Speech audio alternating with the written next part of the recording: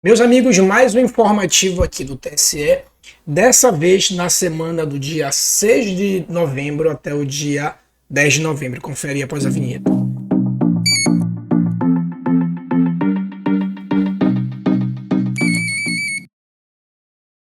Então a gente já começa aqui com o entendimento de prestação de contas e diligências, né? Esse entendimento aqui, inclusive, na verdade não é bem, né? Basicamente, o entendimento é a expressão literal aqui da resolução 23546, que era da época, né? Hoje em dia é a 23607. Então, o que acontece? A Justiça Eleitoral ela pode requerer documentos complementares. Então, por exemplo, se em sede de prestação de contas o candidato vai lá e junta uma nota fiscal, a Justiça Eleitoral pode dizer, bem, eu acho que nesse contrato, né, e obviamente vai ser fundamentado, nesse serviço é necessário que se coloque pelo menos o contrato dessa prestação de serviço. Então, aí, essa possibilidade da Justiça Eleitoral pedir esses documentos complementares, tá bom? Essa possibilidade é exatamente por expressa a disposição da resolução, ok? Segundo ponto, a gente já tocou nesse entendimento aqui uma vez, é sobre o prévio conhecimento em sede de propaganda, tá? Esse caso aqui foi o caso em que a Justiça Eleitoral ela afastou, né? A gente sabe que para que o candidato ele seja responsabilizado, ele tem que ter o prévio conhecimento, exatamente para isso não se transformar em responsabilidade objetiva. Então, ele tem que ter o prévio conhecimento dessa propaganda ilícita para ele poder ser responsabilizado. No entanto, lembra, sobretudo quando é em propaganda de derrame de santinho, principalmente, que não é esse caso aqui, mas principalmente em caso de derrame de santinho, se as circunstâncias apontarem que seria impossível o candidato não ter conhecimento daquela propaganda, então o prévio conhecimento ele se investe esse ônus da prova. Então olha só esse caso aqui como interessante. Consignou ser impossível não ter tido conhecimento da conduta ilícita pelas seguintes circunstâncias. Circunstância A, o material divulgado contém a configuração gráfica da campanha do agravante, ou seja, o layout já era do candidato lá responsabilizado. Beleza, até aí tudo bem.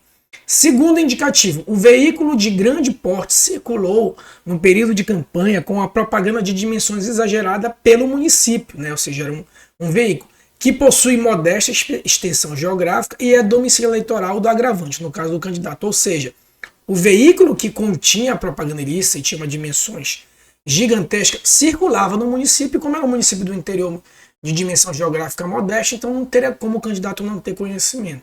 E C, a candidata comprovou a retirada do adesivo após o ingresso da representação. Então essas três circunstâncias levaram a Justiça Eleitoral a entender que o prévio conhecimento nesse caso não seria necessário, porque essas circunstâncias já demonstraria que o candidato teria aí conhecimento dessa propaganda ilícita e, portanto, seria responsável, não só o dono do veículo, como o próprio candidato seria responsabilizado, tá? Próximo ponto, propaganda eleitoral antecipada. Vocês já sabem, né? Sempre aparece aqui, aí não é novidade. E o ponto que eu quero abordar aqui é outro, mas só para lembrar.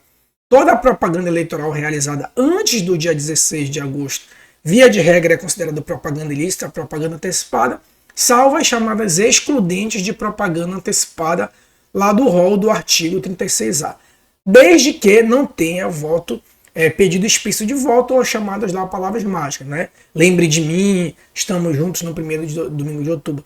No entanto, além disso, o TSE entende o seguinte, ó, que se não tiver o pedido explícito de votos, da chamada pré-campanha antes do dia 16, quando ausente esse elemento e a manifestação for de cunho cultural, de cunho eleitoral, e for utilizado mediante formas proscritas, né, ou seja, as formas proibidas, por exemplo, antes do dia 16 de agosto, não há pedido expresso de voto. No entanto, antes do dia 16 de agosto, o candidato circula com, por exemplo, coloca outdoor, parabenizando, algo no sentido que tenha o viés eleitoral. Então, muito embora não tenha pedido expresso de voto, a forma é uma forma proibida durante a propaganda eleitoral normal após o dia 16. Ou afronte a paridade de arma, ou seja, por exemplo, despeja muito dinheiro na pré-campanha, muito embora não tenha pedido expresso de voto, mas em razão de muito dinheiro pedido, muito dinheiro despendido nessa pré-campanha, afrontou aí a paridade de arma. Tá bom? Tranquilo? Próxima, ainda em sede aqui de propaganda, a gente vê aqui bastante julgados em sede de propaganda, que diz o seguinte, ó, na propaganda eleitoral, esse caso eu até inclusive destaquei na propaganda eleitoral a solidariedade entre coligação, partidos e candidato. Né? E aí qual é a grande contenda aqui desse caso? Porque o que acontece? Lá no artigo 241 do Código Eleitoral, diz que a propaganda vai ser realizada sob a responsabilidade do partido, imputando-lhe solidariedade nos casos dos excessos praticados pelos candidatos. No entanto, lá na Lei 9504, a Lei das Eleições, diz o seguinte, ó, que as sanções aplicadas ao candidato não se estendem ao partido, mesmo na hipótese de este ter se beneficiado da conduta. Né? Então, há aí um aparente confronto de norma entre o Código Eleitoral, que diz que a responsabilidade é solidária, e a Lei das Eleições, que diz que os partidos não vão ser responsabilizados em razão de propaganda ilícita dos candidatos. Né? No entanto, o TSE entende o seguinte, ó, que na propaganda eleitoral há sim a responsabilidade solidária passiva entre candidato, partidos e coligação, inclusive, tá? E aquele dispositivo lá da Lei das Eleições não se aplica aos casos de responsabilidade solidária pela veiculação de propaganda eleitoral, hipótese de regramento específico do 241. Então ele diz que para a responsabilidade solidária é um regramento específico aqui do Código Eleitoral do 241 e que, portanto, sim, partidos e coligações têm responsabilidade solidária na aplicação da multa. Né? Pode até não ter uma responsabilidade direta, mas há uma responsabilidade solidária aí em relação ao pagamento da multa em sede de representação. Tá? Entendimento importante, né? Porque é uma leitura apressada do artigo 96, parágrafo 11 da Lei 9504, pode nos remeter à ideia de que não há aí a responsabilidade solidária entre partido e candidatos, quando na verdade a gente viu que há sim a responsabilidade entre candidatos e partidos, tá bom? Por fim, apenas para chover no molhado, né?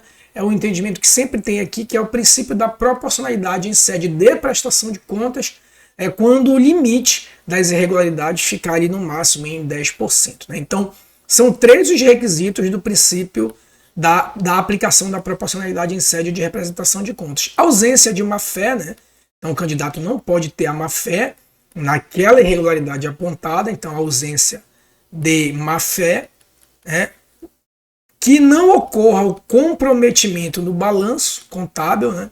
E por fim, que esses gastos, né, essa irregularidade apontada, não supere a 10% dos recursos arrecadados ou despendidos em campanha eleitoral. Então esses 3 requisitos cumulativos podem, né, atrair a aplicação do princípio da proporcionalidade em sede de prestação de contas. Tá bom, meus amigos? Esses aí foram os principais entendimentos dos julgados publicados no dia 6 de novembro ao dia 10 de novembro de 2023. Tá bom? Quer se aprofundar em direito eleitoral? Vou deixar aqui 2 links, tanto para concurso quanto para a prática eleitoral. Ok? Forte abraço e até a próxima.